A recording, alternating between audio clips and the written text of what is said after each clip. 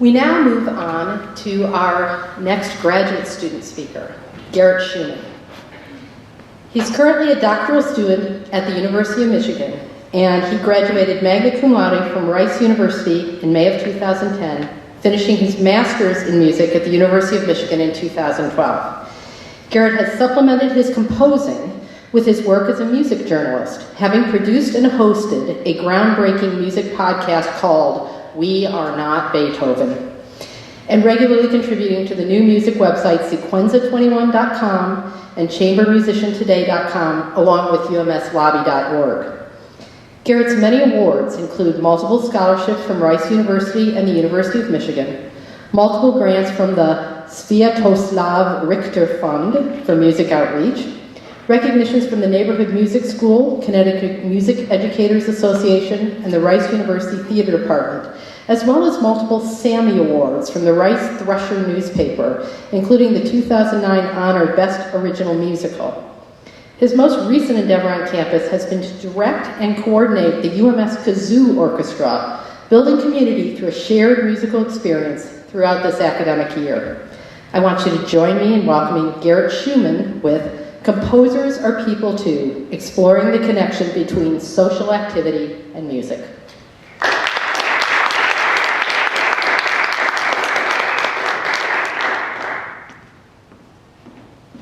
Hello.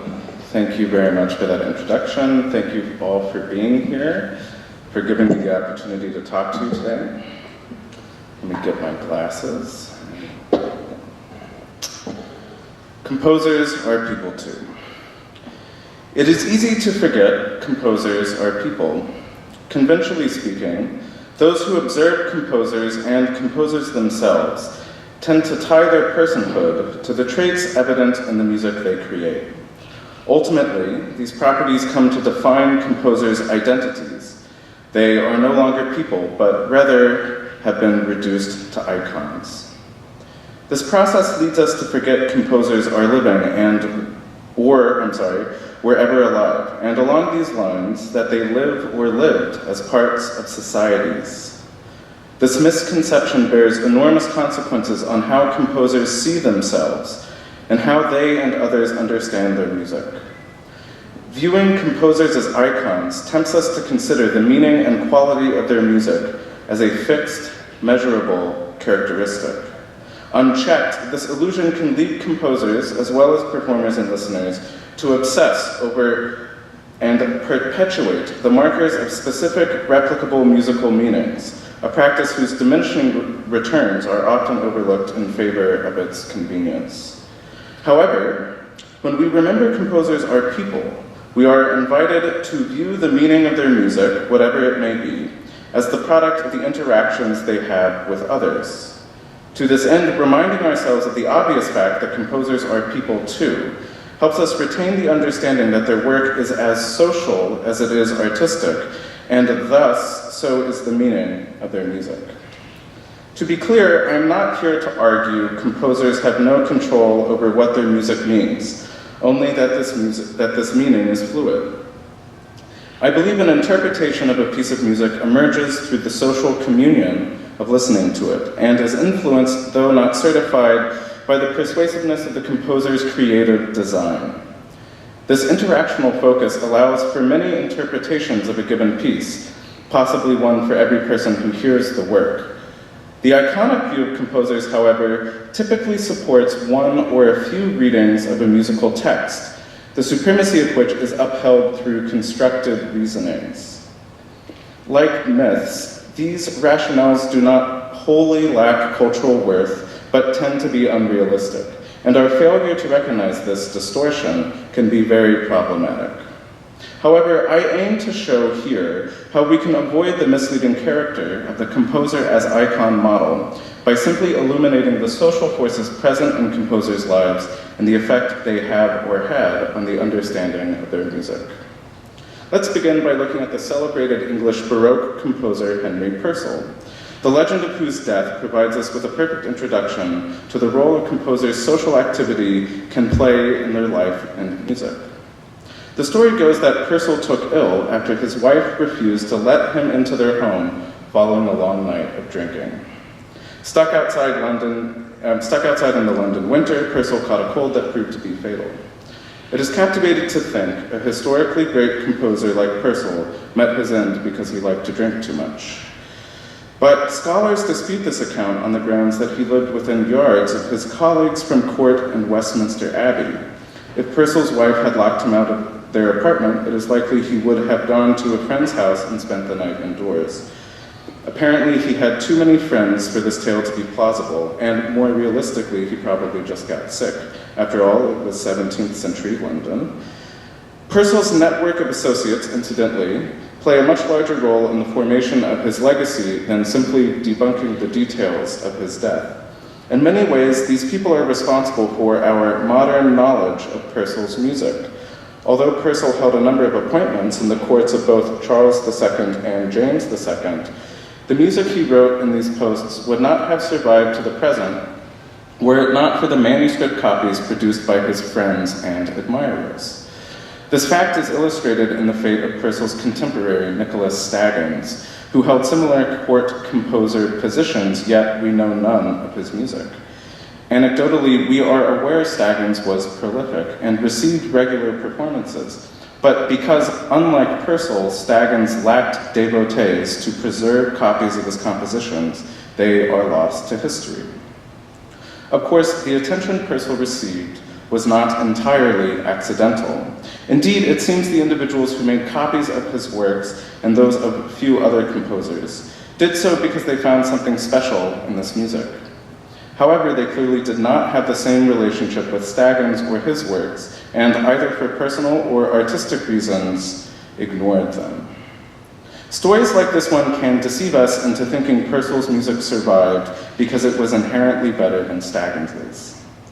That Purcell's admirers recognized his greatness and that they sought to deliberately pass the icon of Purcell to later generations. However, such a narrative does not account for the fact that modern interpretations of Purcell's music, specifically his opera Dido and Aeneas, are inconsistent to those of his peers. Thus, the meaning of his work was not fixed, but changed with time, a transformation that was directly enabled by the byproduct of Purcell's social activity. In both cases of Purcell and Staggins, we find compelling evidence supporting the idea that a composer's social context can influence both the meaning of their music and their overall legacy. Any present-day appreciation for Purcell's music must be tied to his ability, through either shrewd networking or a social accident, to inspire the people around him to make his music important. In turn, we do not have the opportunity to draw meaning from Staggins's music, not because it was necessarily worse than Purcell's, but because he was unable to match Purcell's social achievements. For a living composer like myself, the fates of Staggins and Purcell serve as a reminder that our audience can only listen to the music that is available to them. Whatever greatness we embed in our work remains mute until our music finds a place in the social consciousness of the people around us. While we have no way of knowing Purcell's awareness of these dynamics, Aaron Copland offers us a chance to observe a composer who was particularly sensitive to the social imperatives of his artistic pursuit. In a 1952 lecture entitled "The Composer in Industrial America," Copland criticizes his contemporaries for isolating themselves from the world around them.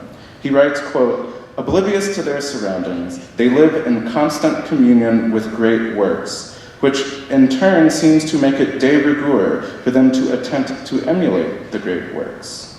Copland specifies, quote, "What seems to me a waste of time is the self-deceiving major effort on the part of many composers who might better serve the community by the writing of a good piece for high school band." This statement is very intriguing because it argues composers are accountable to their societies and not the other way around. More fascinating is that Copland's language appears to assault only these composers' role in dissociating their artistic values from the people around them, and seems not to take an aesthetic stance. Indeed, the stylistic implications of Copland's thesis are nuanced, particularly when placed in the context of his career up to 1952. Copland first achieved recognition writing sophisticated modernist works, but following the Great Depression, he turned to a populist style that allowed him to take advantage of New Deal programs designed to strengthen the American folk identity by supporting new musical works and research. Then, in 1950, Copeland returned in part to his initially complex musical language in response to the pressure from the federal government, which now feared the approachability of his 1940s-era compositions represented his possible communist sympathies. This evidence suggests Copeland made aesthetic choices in the interest of pragmatism and, at times, self-preservation. Yet, the text of The Composer and Industrial America suggests very strongly that Copeland believes a composer can only connect with their society through an accessible musical style. Along these lines, he argues, quote, "My own desire to find a musical vernacular which, as a language, would cause no difficulties to my listeners was a recrudescence of my old interest in making a connection between music and the life about me." While Copeland dismisses a view of composers fully tantamount to the iconic understanding introduced in the opening of this paper, he does not exactly allow composers or their music full freedom of expression or identity.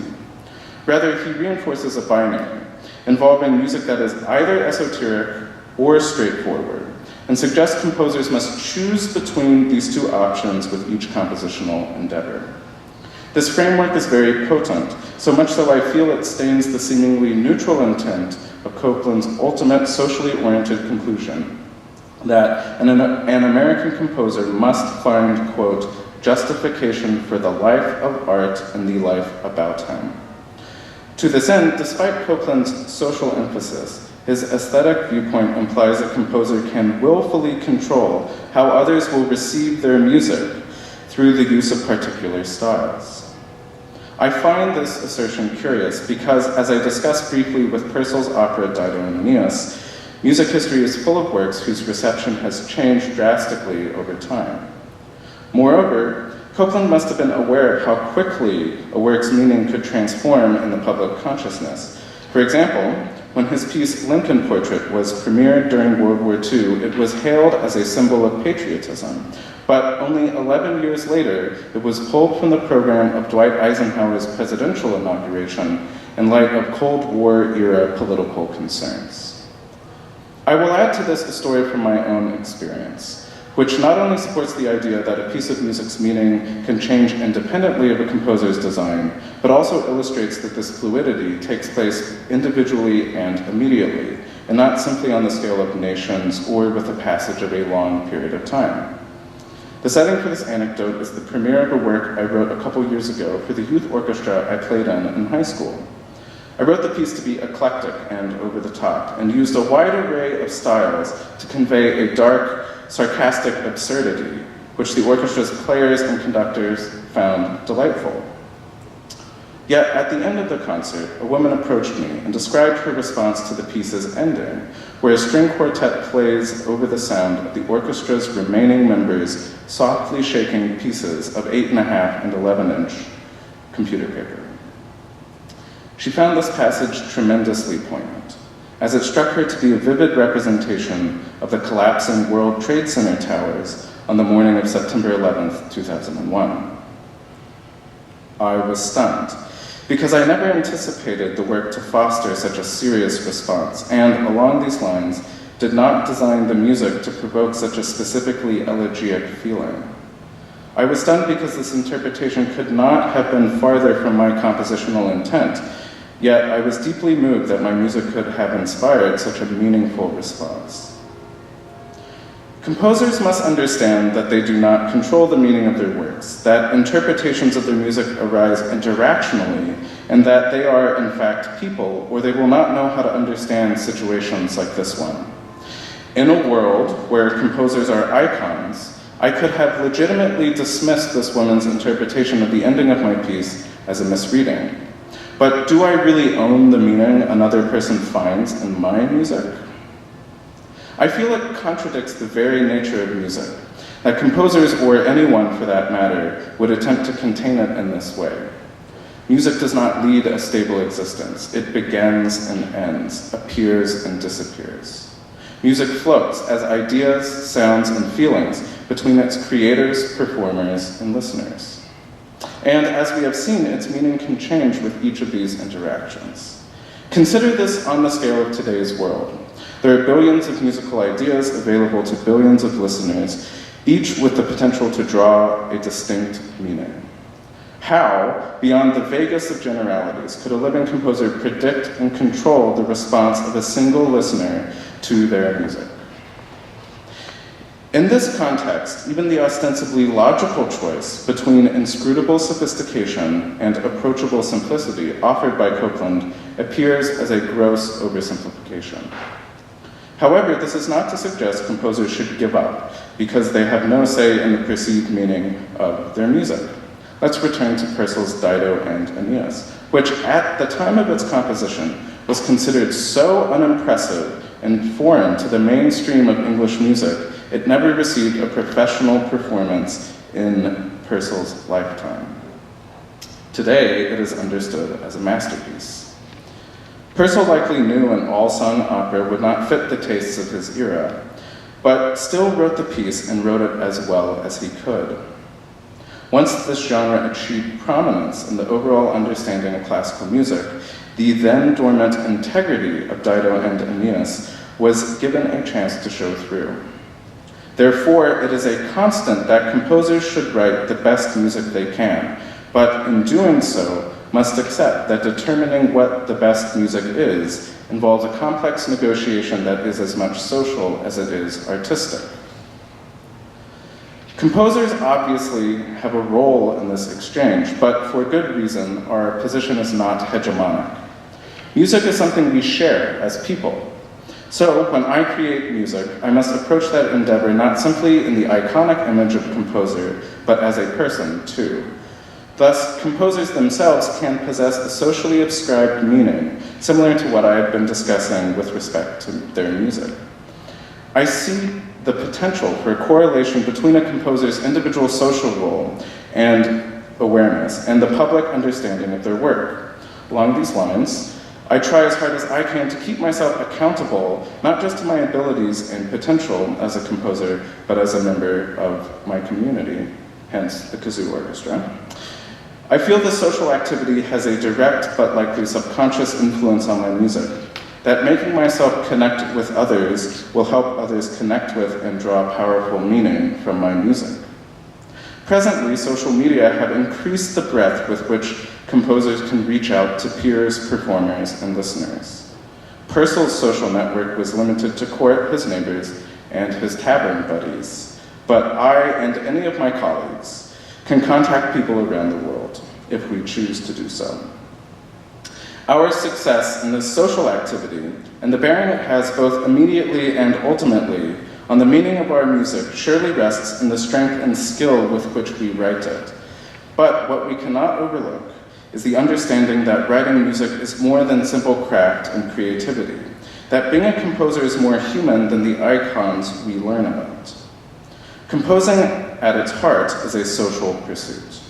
As such, it demands that those who take up the endeavor have imagination, discipline, a persuasive and compelling musical rhetoric, and, above all, that they approach their work not only as students of their art, but as people too. Thank you.